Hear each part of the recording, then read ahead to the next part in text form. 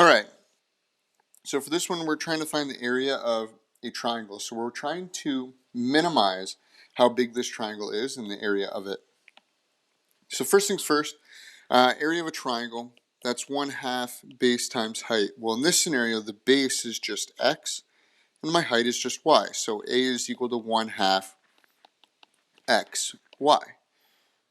Well, since this is in terms of more than one variable, I need to think of a secondary equation that I can use to solve for one of the other ones.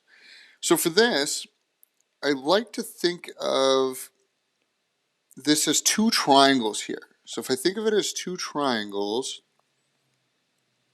I can go ahead and I can create a ratio here. So so basically what I'm having here is y to x is going to be equal to, well, this is y minus 3, right? Because that's how big that space is, because I know that from there to there is 3. So y minus 3 over, well, that goes from 0 to 2. So that's got to be 2. So from here, I can go ahead and I can substitute for x. I think that's the easiest one to go for. So x is going to be equal to 2y over y minus 3. So what I do is I take that and I plug that in over here. So area is equal to 1/2 of my 2y over y minus 3 times y. And from here, I'm just going to simplify this. This is 2y squared over 2y minus 6.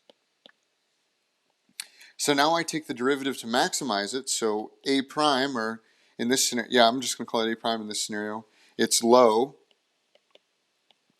d high minus high d low. All of this is over low squared, so 2y minus 6 squared. So I'm going to simplify this real quick, and let me move the camera angle. So a prime is going to be equal to the top. It's going to be 4y squared minus 24y. Sorry, that's 8y squared. And then minus 4y squared. All of this is over 2y minus 6. One more simplification step. And we get 4y squared minus 24y all over 2y minus 6 squared.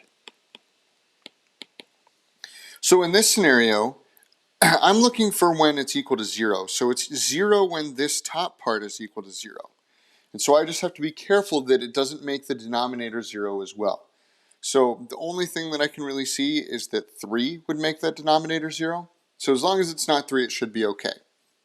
So 4y squared minus 24y is equal to 0.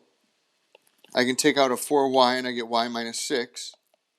So it's 0 or 6 is what my y can be equal to.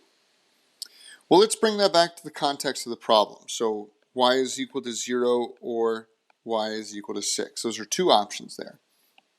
Well, if I chose y to be equal to 0, then I would get some weird, well, I wouldn't get this triangle at all. So I know that 0 is not going to work. The range of mine is actually going to be from 3, because I can't go below 3. So 3's got to be less than y, which is less than infinity. And then the domain would be my 2 right here. I can't go less than 2, less than x, which is less than infinity.